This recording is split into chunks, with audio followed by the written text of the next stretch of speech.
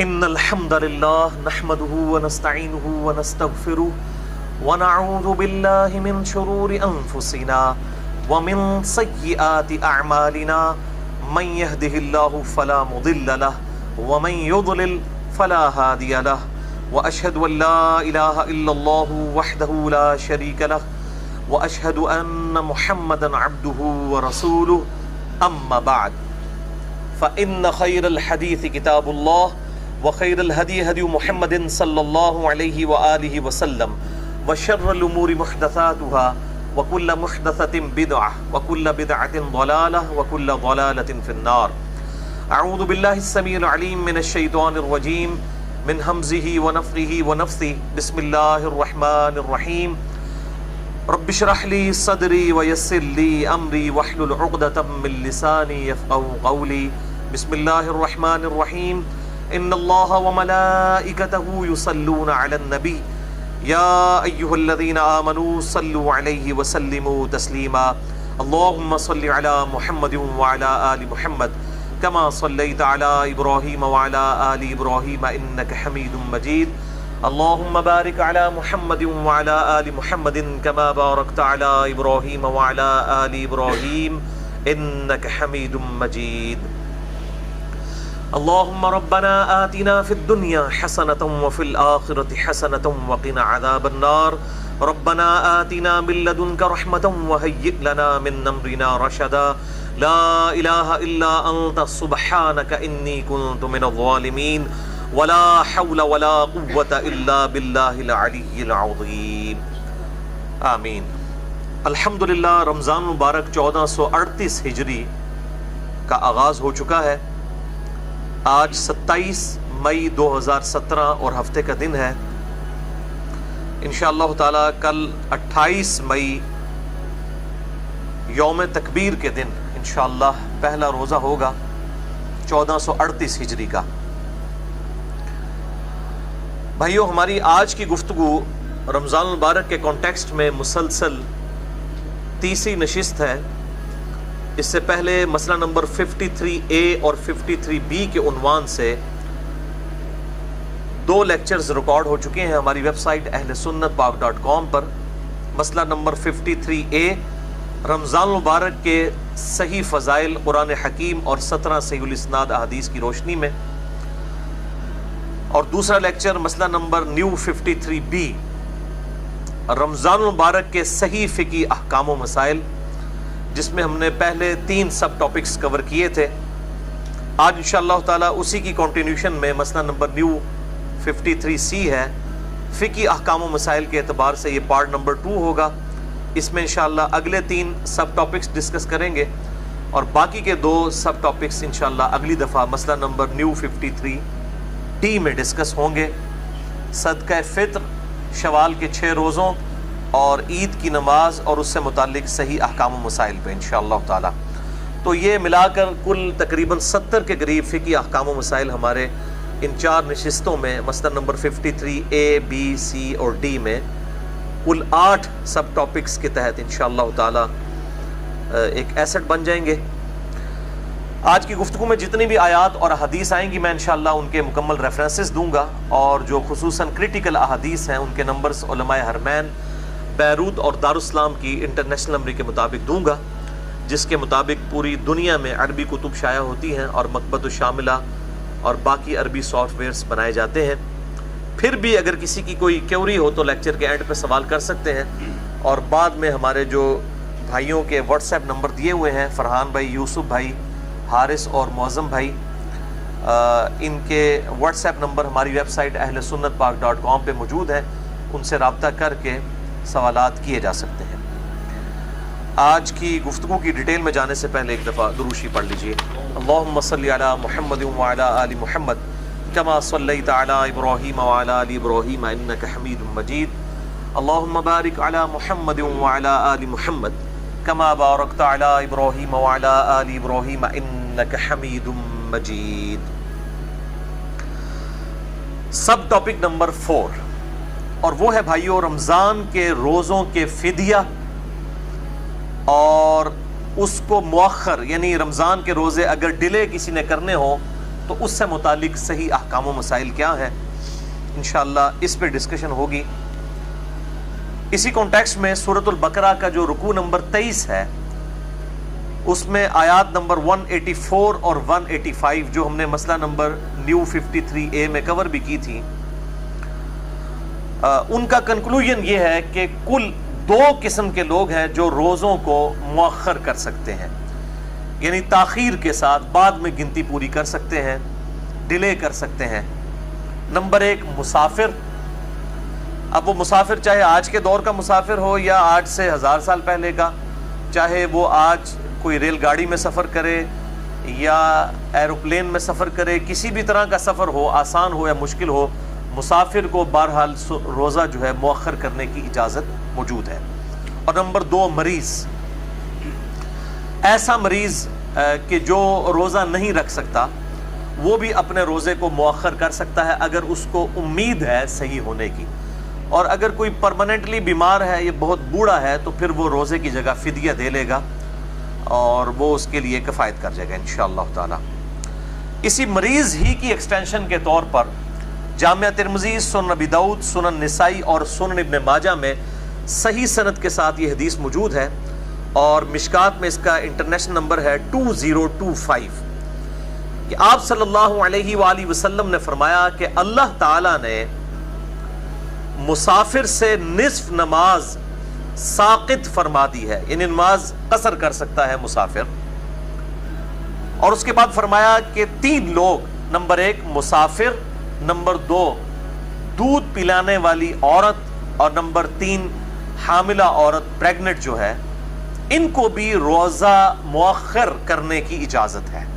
یعنی جس طرح نماز میں قصر کی اجازت ہے مسافر کے لیے، بالکل اس طریقے سے مسافر کو، دودھ پلانے والی عورت کو اور حاملہ عورت کو روزہ مؤخر کرنے کی اجازت موجود ہے الحمدللہ۔ اور اسی میں وہ لوگ بھی شامل ہیں ان لوگوں میں جو مریض ہیں، جیسا کہ قرآن حکیم میں آلریڈی یہ آیت ہم ڈسکس کر چکے ہیں، اور اس میں بھی جو دائمی مریض ہیں وہ مؤخر نہیں کریں گے، پھر وہ فدیہ ہی دیں گے۔ ان کے لیے اجازت ہے کہ وہ روزے کی جگہ فدیہ دے لیں، کیونکہ لا یکلف اللہ نفسا الا وسعہا، اللہ تعالیٰ کسی جان پر اس سے بڑھ کر بوجھ نہیں ڈالتا، اس کی وسعت سے بڑھ کر بوجھ نہیں ڈالتا۔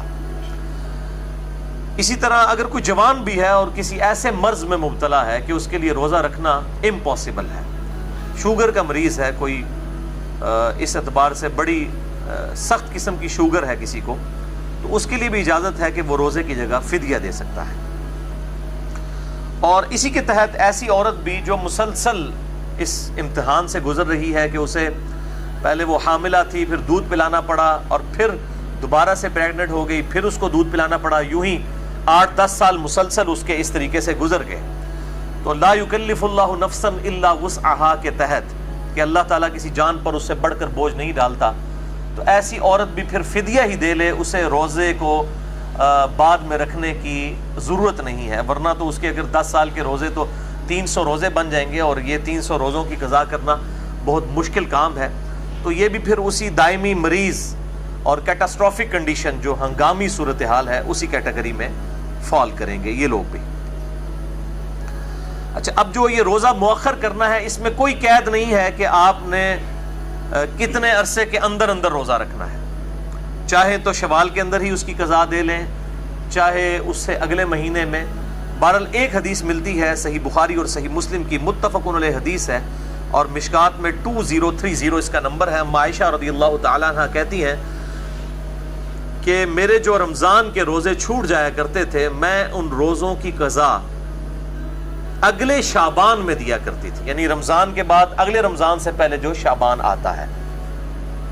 اور اس میں راوی کہتے ہیں آپ صلی اللہ علیہ وآلہ وسلم کی مصروفیت کی وجہ سے، یعنی اگر میاں بیوی کا ازدواجی تعلق کے اعتبار سے اگر عورت کو ٹائم نہ ملے تو وہ پھر شعبان میں آپ صلی اللہ علیہ وآلہ وسلم چونکہ کثرت سے روزہ رکھا کرتے تھے، صحیح مسلم میں حدیث ہے بسا اوقات پورا شعبان ہی روزہ رکھا کرتے تھے۔ تو اما عائشہ جو ہے وہ اپنے روزوں کی قضا جو مینسز کی وجہ سے، مخصوص ایام کی وجہ سے روزے عورت کو رمضان میں چھوڑنے پڑ جاتے ہیں 6-7 روزے، ان کی قضا پھر وہ اگلے شعبان میں دیا کرتی تھی۔ تو اسی میں امپلائڈ ہے کہ اگر کسی کے گرمیوں کے روزے، جس طرح اب 28 مئی کو کل روزہ شروع ہو رہا ہے 2017، اور پھر جون کا پورا مہینہ تقریباً روزے بنیں گے، یہ کمزور جو صحت والے لوگ ہیں، جو تکلیف کم برداشت کر سکتے ہیں، ان کے لیے پھر اجازت ہے کہ پھر وہ اگر روزہ ان کو تکلیف کی وجہ سے یا بیماری کی وجہ سے یا سفر کی وجہ سے چھوڑنا پڑتا ہے تو پھر روزے کی قضا فیسلٹی کو اویل کرتے ہوئے اگلے رمضان سے پہلے سردیوں میں بھی دے سکتے ہیں۔ اب یہ نہیں ہوگا کہ گرمیوں کے چھوٹے ہوئے روزے ہیں تو اس کی قضا جو ہے وہ سردیوں میں نہیں دی جا سکتی، تو ایسی کوئی پابندی شریعت میں نہیں ہے۔ البتہ ایک کریٹیکل ایشو ہے کہ اگر کوئی شخص روزے اتنے مؤخر کر دے کہ اگلا رمضان بھی آ جائے، اب ظاہر ہے اس رمضان کے بھی بعد پھر اس کو روزے کی قضا کرنی ہوگی، تو اس حوالے سے 2 صحابہ کے فتوے ملتے ہیں صحیح سند کے ساتھ۔ سنن الکبریٰ البیہقی کے اندر انٹرنیشنل نمبر کے مطابق صفحہ نمبر 253 اور جلد نمبر 4 پہ سیدنا عبداللہ ابن عباس رضی اللہ تعالی عنہما اور سیدنا ابو ہریرہ رضی اللہ تعالی عنہ کا فتویٰ موجود ہے کہ وہ کہتے ہیں کہ اگر کوئی شخص روزہ اتنا ڈیلے کر دے کہ اگلا رمضان آ جائے تو پھر ایسا شخص جو ہے وہ فدیہ بھی دے گا اور روزے کی قضا بھی کرے گا، یعنی اس کو ڈبل پینلٹی ہوگی کہ وہ یہ سال گزرنے کی وجہ سے ہر روزے کے بدلے ایک مسکین کو کھانا کھلائے گا، وہ آگے آ بھی جائے گا انشاءاللہ تعالی فدیہ، اور پھر ساتھ وہ روزے کی قضا بھی دے گا، اس کو ڈبل معاملہ کرنا ہوگا۔ اب یہ 2 صحابہ کے فتوے ہیں، ظاہر ہے کہ صحابہ اکرام علیہم رضوان کے فتاوی جب مل جائیں اور احادیث میں کوئی ڈیٹیل موجود نہ ہو تو پھر انہی کو اڈاپٹ کیا جائے گا۔ میرے بھائیوں، فدیہ کے اعتبار سے سورۃ البقرہ کی آیت نمبر 184 میں یہ ڈسکس ہو چکا، اعوذ باللہ من الشیطان الرجیم، وَعَلَى الَّذِينَ يُطِيقُونَهُ فِدْيَةٌ طَعَامُ مِسْكِينٍ، کہ وہ لوگ جو بڑی مشکل سے ہی روزہ رکھنے پر قدرت رکھتے ہیں وہ فدیہ دے دیں مساکین کو، ایک روزے کے بدلے ایک مسکین کو کھانا کھلایا جائے۔ اسی کانٹیکسٹ میں صحیح بخاری میں حدیث ہے انٹرنیشنل نمبر کے مطابق 4507، ابن عمر رضی اللہ تعالی عنہما کہتے ہیں کہ یہ آیت منسوخ ہے، یعنی اب روزہ ہی رکھنا ہوگا۔ بہرحال اس کے مقابلے پر سیدنا عبداللہ ابن عباس کا قول ہے جس پہ امت کا اتفاق ہوا ہے، انٹرنیشنل نمبر کے مطابق صحیح بخاری میں 4505، ابن عباس کہتے ہیں کہ یہ آیت منسوخ نہیں ہے کہ وَعَلَى الَّذِينَ يُطِيقُونَهُ فِدْيَةٌ طَعَامُ مِسْكِينٍ، بلکہ یہ اجازت اس بوڑھے اور بوڑھیا کے لیے ہے جو بڑھاپے کی کمزوری کے باعث روزہ نہ رکھ سکیں، کہ وہ اپنے روزے کے بدلے فدیہ دے سکتی ہیں یا دے سکتا ہے ایک مسکین کو۔ اور اسی میں وہ دائمی مریض بھی شامل ہوں گے، چاہے جوان ہو لیکن ان کا مرض اس نوعیت کا ہے کہ ٹھیک ہونے کی امید نہیں ہے اور اس مرض میں وہ روزہ نہیں رکھ سکتے، تو وہ بھی پھر ہمیشہ ہی ایک روزے کے بدلے ایک فدیہ دے لیا کریں۔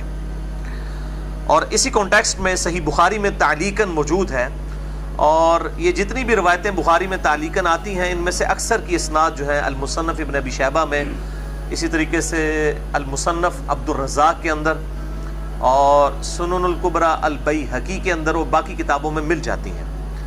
بہرحال صحیح بخاری میں 4505 یہ ابن عباس کا جو قول ہے، اسی کی ہیڈنگ پہ تعلیقاً سیدنا انس ابن مالک رضی اللہ تعالیٰ عنہ کے بارے میں آتا ہے کہ انس ابن مالک رضی اللہ تعالیٰ عنہ جب بہت بوڑھے ہو گئے تھے، ان کی 110 سال عمر ہوئی ہے، جب بہت بوڑھے ہو گئے تھے یعنی 80 یا 90 پلس ہو گئے تھے، تو پھر وہ روزہ نہیں رکھا کرتے تھے بلکہ ہر روزے کے بدلے ایک مسکین کو روزانہ کھانا کھلا دیا کرتے تھے، ایک وقت کا روٹی اور گوشت کے ساتھ۔ لن تنالوا البر حتى تنفقوا مما تحبون، تم کبھی بھی نیکی کے اعلیٰ درجے کو حاصل نہیں کر سکتے جب تک کہ اپنی پسندیدہ چیز اپنے رب کے حضور قربان نہ کر دو۔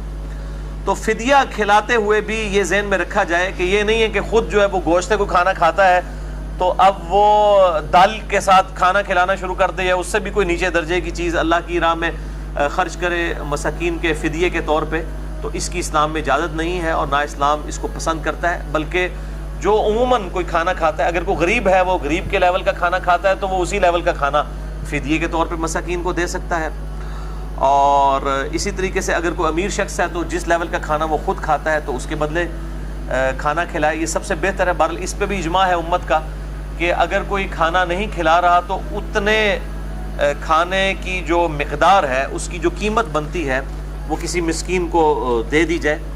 اور خصوصاً میں تو اس میں مشورہ دوں گا کہ جو ہمارے مزدور طبقے کے لوگ ہیں یہ اکثر روزہ نہیں رکھتے. ظاہر ہے کہ اگر پورا دن یہ مزدوری کریں گے تو بیچارے کس طرح روزہ رکھ سکتے ہیں. بہرحال شریعت سے تو روزہ اس حوالے سے ان سے ساقط تو نہیں ہوگا. تو ایسے لوگ پھر عموماً جو ہے وہ رمضان میں ادھار اٹھا لیتے ہیں، یا اگر جنہوں نے روزہ رکھنا ہے، کوئی لاکھوں میں ایک ہوتا ہے کہ جو اتنا جس کو اللہ توفیق دیتا ہے. بہرحال اکثریت تو روزہ رکھتی نہیں ہے. اور یہ بھی مطلب پبلک میں بھی مشہور ہے کہ جی وہ عجیب و غریب قسم کے واقعات بنائے ہوئے ہیں. جی ایک گورا آ گیا، جی اس نے دیکھا ایک مزدور مزدوری کر رہا تھا، اس کو علیحدہ لے گیا، اس کو کہا تمہیں کوئی نہیں دیکھ رہا، پانی پی لو. تو اس نے کہا میں اللہ کے ڈر کی وجہ سے نہیں پیوں گا، میرا روزہ ہے.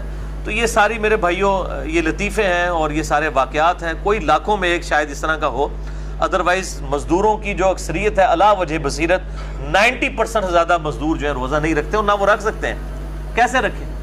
تو ان کو پھر اس قسم کا فدیہ دے دیا جائے، یا کم از کم ان کو 1 مہینے کا خرچہ ڈلوا دیا جائے تاکہ وہ رمضان کے روزوں میں اپنے کام سے چھٹیاں کر کے تو کم از کم روزے تو رکھ سکیں. ادروائز تو ان کے لیے بڑا مشکل ہو جائے گا. تو اگر کسی کی زندگی موت کی کشمکش بن جائے اور وہ پھر اس صورتحال میں روزہ چھوڑ دے مزدوری کی وجہ سے، اور بعد میں پھر سردیوں میں روزے کو مؤخر کر لے، تو اجتہاداً میں سمجھتا ہوں لا یکلف اللہ نفسا الا وسعها کے تحت کوئی نہ کوئی گنجائش نکل آئے گی. لیکن یہ عمومی گنجائش نہیں ہوگی. اس کے رشتہ داروں کی، قریبی احباب کی، دوست یاروں کی یہ ذمہ داری ہے کہ اس کے لیے کوئی ایسا معاملہ کر دے کہ تاکہ وہ رمضان میں مزدوری نہ کرے اور اس کو 1 مہینے کا خرچہ ڈلوا دیا جائے تاکہ وہ اپنا جو ہے وہ روزے رکھ سکے. تو یہ زیادہ یعنی حقدار ہیں کہ ان کو مہینے کا راشن ڈلوا دیا جائے. اور یہ ایک مسکین کو کھانا کھلانا 1 وقت کا، یہ تو کم از کم ڈیٹم لیول ہے.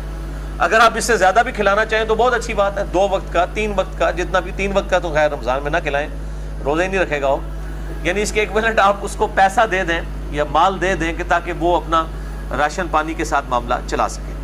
بہرحال احناف کا اس میں موقف ہے کہ 2 وقت کا کھانا، تو میں سمجھتا ہوں یہ موقف ان کا غلط ہے، کیونکہ جو صحیح حدیث اس کو سپورٹیو ہے ہمارے موقف کو، وہ صحیح بخاری اور مسلم کی متفق علیہ حدیث ہے. میں نے پچھلی دفعہ بھی ڈسکس کی تھی روزے کی قضا اور کفارہ سے ریلیٹڈ جو ٹاپک تھا. اس میں انٹرنیشنل نمبر کے مطابق مشکات میں 2004 ہے اور بخاری اور مسلم دونوں میں موجود ہے. جو ایک شخص نے اپنی بیوی کے ساتھ ازدواجی تعلق کی وجہ سے روزہ توڑ لیا تھا، تو اس کے کفارے کے طور پر آپ صلی اللہ علیہ وآلہ وسلم نے فرمایا تھا یا تو ایک غلام آزاد کرو. اس نے کہا میں غلام نہیں آزاد کر سکتا. تو فرمایا 60 روزے رکھو. تو اس نے کہا میں 60 روزے بھی نہیں رکھ سکتا. تو فرمایا پھر 60 مساکین کو کھانا کھلا دو. پھر آنورڈ حدیث چلتی ہے. تو 60 روزوں کے بدلے 60 مساکین کو کھانا کھلانے کا آپ صلی اللہ علیہ وآلہ وسلم نے فرمایا. 120 مساکین کو نہیں فرمایا اور نہ 60 مساکین کو 2 ٹائم کا کہا، بلکہ کہا یا 60 روزے رکھ لو یا 60 مسکینوں کو کھانا کھلا دو. اگر یہ عموم میں بات کی جائے گی کہ 60 مسکینوں کو کھانا کھلا دو یا 60 لوگوں کو روٹی دے دو، یا عموماً ہمارے بھی جب کوئی فنکشن ہوتا ہے تو ہم کہتے ہیں جی ہم نے روٹی دینی ہے، تو 2 ٹائم کی تو کوئی نہیں روٹی دے رہا ہوتا، نہ شادی کے موقع کے اوپر نہ کسی اور موقع پہ 1 وقت کی روٹی دی جاتی ہے. یا اسی طریقے سے کوئی سرمنی جب سیلیبریٹ کی جاتی ہے تو کہا جاتا ہے جی ہم نے روٹی دینی ہے. تو روٹی کا مطلب تو کوئی بھی یہ نہیں لیتا کہ 2 ٹائم کی روٹی دینی ہے رشتہ داروں کو، 1 ٹائم کی دی جاتی ہے. یہ انڈرسٹوڈ ہے. تو 60 روزوں کے بدلے کہا گیا 60 مساکین کو کھانا. تو ایک ہی وقت کا مسکین کا فدیہ جو ہے وہ ایکویلنٹ اس کے کافی ہے. تو آج 27 مئی 2017 ہے. کل انشاءاللہ تعالی پہلا روزہ ہوگا 28 مئی 2017 کو. تو آج کی ڈیٹ میں جو ایک عام نارمل کھانا ہے تقریباً پاکستانی 100 روپیہ 100 روپیز جو ہے وہ فدیہ بن جاتا ہے. اور جو ذرا اچھے لیول کا کھانا کھانے والے ہیں تو 150 200 بھی بن جاتا ہے. یہ ہر شخص نے خود ڈیسائیڈ کرنا ہے کہ وہ کس لیول کا کھانا کھاتا ہے. اور اس لیول کا کھانا، بلکہ کھانا کھلانا زیادہ آسان ہوتا ہے، وہ سستا پڑ جاتا ہے. گھر میں اگر کھانا پکا ہوا ہو تو ایک مسکین کو کھانا اگر کھلایا جائے تو وہ 50 روپے سے بھی کم لاگت آئے گی. تو ضروری نہیں ہے کہ آپ نے پیسے ہی دینے ہیں، سب سے بہتر تو یہ ہے کہ کھانا کھلانا ہے. تو مسکین کو 1 وقت کا کھانا دے دیا جائے. یعنی غروب آفتاب کے بعد جو باقی گھر والوں کے لیے افطاری کا سامان بنا ہوا ہے اس میں سے ایک افطاری جو ہے کسی غریب کو دے دیجیے. اور غریب سے مراد مولوی نہ لے لیجیے گا. مولوی بہت امیر ہے، اس کے پاس بہت کچھ آتا ہے. اپنے محلے میں کوئی غریب آدمی دیکھیں اور اس کو کھانا کھلا دیں. اور کئی ایسے روزہ دار بھی ہیں جو بڑے مشکل سے سحری اور افطاری کا اہتمام کرتے ہیں ان کے لیے سحری کے وقت سحری بھجوا دیں, کبھی افطاری کے وقت افطاری بھجوا دیں, چاہے تو دونوں بھجوا دیں, 2 وقت کا دے دیں, جتنا گڑ ڈالیں گے اتنا میٹھا ہوگا. اللہ تعالیٰ تو مطلب نیتوں کو دیکھتا ہے. بہرحال ڈیٹم لیول جو ہے وہ 1 وقت کا کھانا ہے. تو اگر کوئی 2 وقت کا کھانا دینا چاہتا ہے یا اس سے زیادہ اللہ کی راہ میں خرچ کرنا چاہتا ہے تو بالکل اس کی اجازت ہے. تو اس میں کوئی قید نہیں ہے. اسی طریقے سے اگر کوئی انگلینڈ کے اندر یا امریکہ کے اندر ہے تو وہ پاکستانی فدیہ نہیں دے گا, وہ اپنے اعتبار سے فدیہ دے گا. جس لیول کا کھانا وہ وہاں پر کھا رہا ہے, اگر اس کو 1 وقت کا کھانا جو ہے وہ $2 میں یا $3 میں یا $4 یا $5 میں یا پاؤنڈ میں پڑتا ہے تو وہ اسی ایکویلنٹ ہی جو ہے وہ فدیہ